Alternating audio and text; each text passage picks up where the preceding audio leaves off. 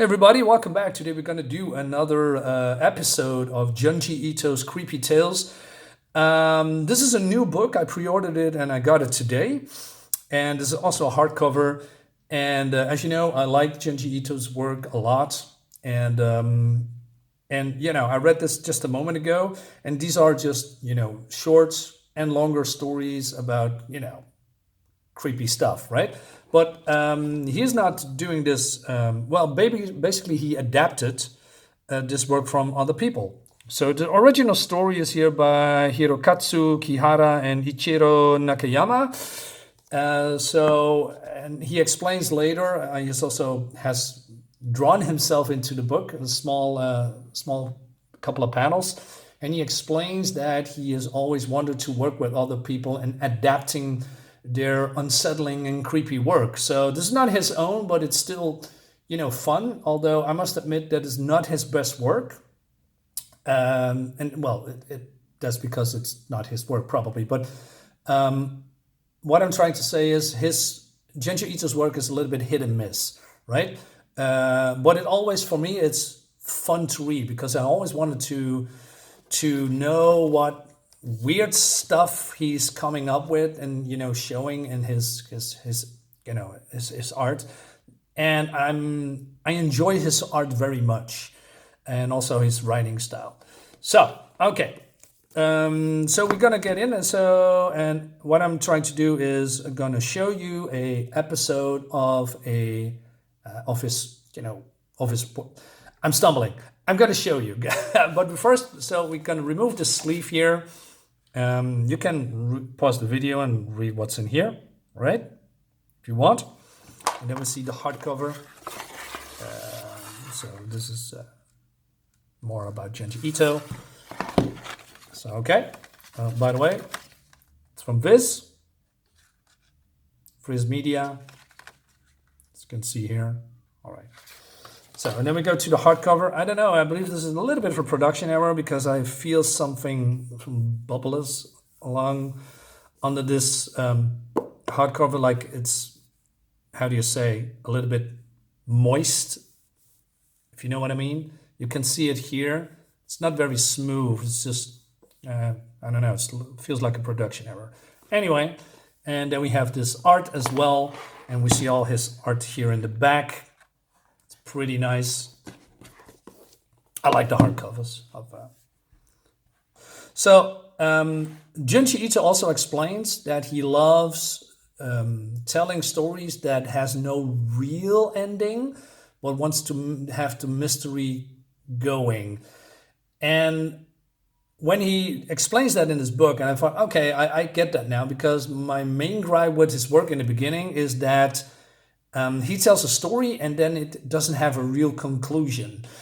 And I find that a little bit, weird. And why is he doing that? But he explains it that he is, wants to do it to continue the mystery and the creepiness. So for an instance, right, this is not the story that I want to tell, but this is very short, so I'm going to show you anyway. So it's about the protagonist, Mimi. She's through the whole book, except for the last story.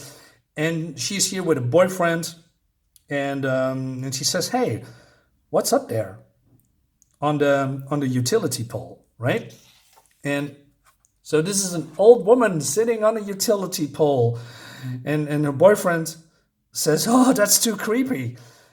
And then she jumps onto the car. They get out of the car, and then when we look back, the old lady was vanished, and the shimmery haze on top of the utility pole was gone too. That's the story. That's the story, right? That's what I mean with, leaving it open-ended, etc. Maybe I'm going to tackle this one on a later date, but the one that I want to talk about is the seashore. Now, I like this very much. So, in this pages and this, Mimi has seen a lot of weird shit, right? So she's going for relaxation with her boyfriend and two other friends to the beach, and her boyfriend is Naoto, and all these guys are excited, but it's late, and he says, "Hey, let's stop here and sleep," right? So Naoto says, hey, no, Mimi, you need to get some sleep too. I said, what's wrong? You're not looking very good. She says, I'm feeling a little bit sick, right? But the other one says, hey, come on, Mimi, it's the beach in the summer, right? Yeah, let's forget about all that stuff and have some fun. So they are sleeping in this car, right? And but then something's happening. So we hear this flapping sound, and we see this mysterious figure come from the beach. So Mimi wakes up because she is hearing that sound very loudly, and she's looking out of the car, and oh no, oh no, it's a corpse. So she looks at it and she says, "No, no, wake up! A monster! It just walked by." And she's looking outside, and the figure has disappeared. And the notice says, "You probably have dreamed it." So the next day they are going surfing, but Mimi's not very well still. So Naruto comes and he says, "Hey, the water's too cold. I don't want to go in." So he asks if she's still feeling, unwell.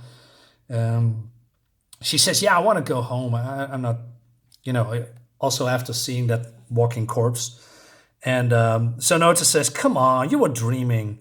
Like a rotten corpse would be walking by around. I'm telling you, I saw it." And then this waitress comes and says, "So you saw one of them?" We get a lot of them around the seashore. It's because so many people die in the water here. For instance, you see those pteropods over there? People have been caught under them and never resurfaced. Wow, that's creepy. All right. So she's telling the story about that the victims of the sea climb onto the shore when night falls. I actually seen a number of myself, right? But it doesn't, do very good with Mimi because she's now feeling more uneasy than ever. So she says it wasn't a dream. She says, "That's not all. There are many spirits that wander along this coast." So then her friends come and says, "Hey." So the waitress is going away, and this guy says, "Hey, is that the waitress? She is super hot. I mean, I gotta try my luck." So now it says, "Give it up, man. A girl that's hot's not gonna even give you the time of day. You don't know that. Watch and learn, my friend. I make a mind with the hour. Come on, Tanaka, be my wingman." And Tanaka doesn't want to do it, right? So Mimi is here, listen to what Noda has to say. He says, Noda says, "Hey, look at him all working, all getting worked up. And now he's going to spend an hour hitting on her. Hilarious. Yeah, you might be cute, but I bet you have her eating out of the palm of your hand within minutes now, though." He says, "Hey, I'm not going to hit on her." Yeah, he says, "Well, I wonder." And so they are looking at him, being, trying to be hitting on this girl. He says, "Let's watch." But then it actually works, and they having a talk, right? So what's going on? It's actually looking right for him too. So, and then later on the beach, this guy is, making photos of the girl and the other friend. She says, "Hey, Tanaka, get a shot, just the two of us. Come on, Furusawa, she's in the middle of work. You can't keep her all here forever." And she says, "Hey, that's all right. Because of the cold weather, the restaurant's not that busy, so she has a little bit more time to do other stuff." But then she is also talking about, things that happen here. She says, he says, "Things? Like what? What do we talk about here?" "Things not of this world. I can see them. There's really a world after death. I know all about it. And many people have lost their lives on this shoreline over the years. I can see the figures of the shores who died here. Surfers also often lost here. All of you, please be careful, especially you, Furusawa. You had best take care. I can see them all around you." So he turns around and said, What do you mean all around me? I can't see anything." And she says, "Well, okay, forget about it. I better get back to work." And so she's walking away, and the others say, "Hey, she's a weird one," right? All right. So sun is setting, and they're having a campfire, but it's still cold. So, so he says, "Hey, still, the cure was cute. Mimi was jealous. Cut it out. I'd be jealous. Anyway, she was creepy. But Furusawa is quiet. Hey, you seem out of it. What's going on? I say, you are not bothered, right, of what we are saying. So he says, no, it's not that. I don't know. I'm just tired. I'm gonna crash. So he's going back to the car, and the other one says, I've never seen him before like that. What's going on, right? And maybe he's lovesick. But the other one says, yeah, I'm freezing too, and I want to go to bed. So they don't have a hotel or something. They're just sleeping in the car. But then they hear the sound, right? And there is Furusawa, and we see this flapping sounds, and he's walking from the car to the beach and then into the sea. And he says, what is he doing? Is he sleepwalking? So Odo comes and he says, hey, Furusawa, what are you doing? And he's trying to get them, and he says, let go of me, let go of me. And he says, idiot, why are you trying to die? So nobody knows what's going on, and he's shivering from the cold. Mimi says, what got into you, Furusawa? I can't. I have to go. I have to. I promised. He said, you promised what?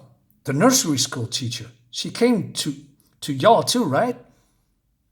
Nursery school teacher? What the hell are you talking about? Can't you see? Look, all those kids, they're drowning. So they are looking at the sea, and there's nothing there. Just the sea, summer breeze. It's cold. It's night. There's nothing there, right? But Furusawa is just all screaming. He says, this nursery teacher came to me in the car. She begged me to help. Said the kids were drowning and asked me to save them. Look at all those kids. And she's yelling for help again. They turn around. There's nothing there. So he's panicking a little bit more, right? And he's going a little bit overboard and he says, hey, Furusawa, chill. There's nobody there. Y'all, don't you see them? The pier, just look. All those dead kids piled up on there. And so they try to calm him down because he's getting real worked up. And so the next day, everybody's sleeping. Furusawa, he's gone. So they go to the shore and yelling, hey, Furusawa, where are you? And says, we can't find him. And then people just screaming later and said they found a drowned body, and it's Furusawa. So the cops come, or the ambulance. It's too late. Mimi says, how does this happen? So this mysterious girl says, so it comes to this. A long time ago, a group of preschoolers were here, swallowed up by the waves here. Many children died. The teachers leading the group was also one of the victims. They were all pulled out of the water. The spirits still wander the waves here. So the other ones don't know what to make of it.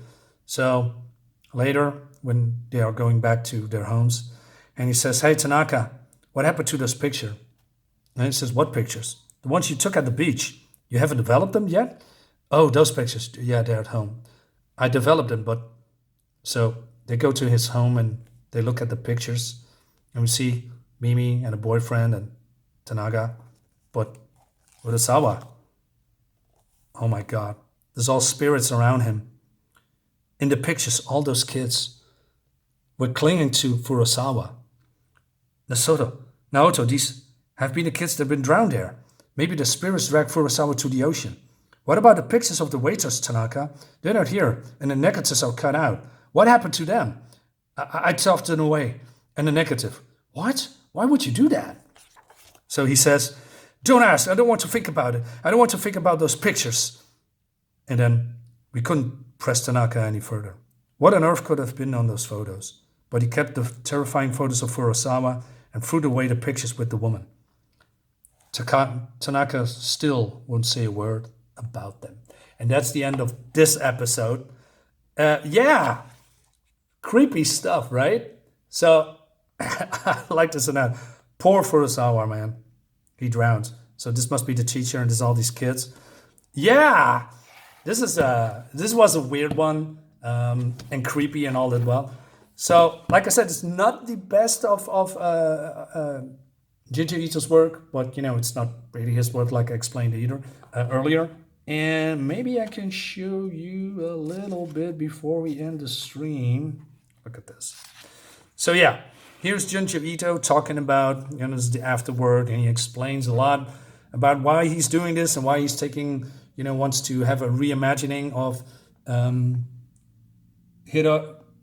Hirokatsu and Ichiro's work. And I like that, and you see this crazy eyes.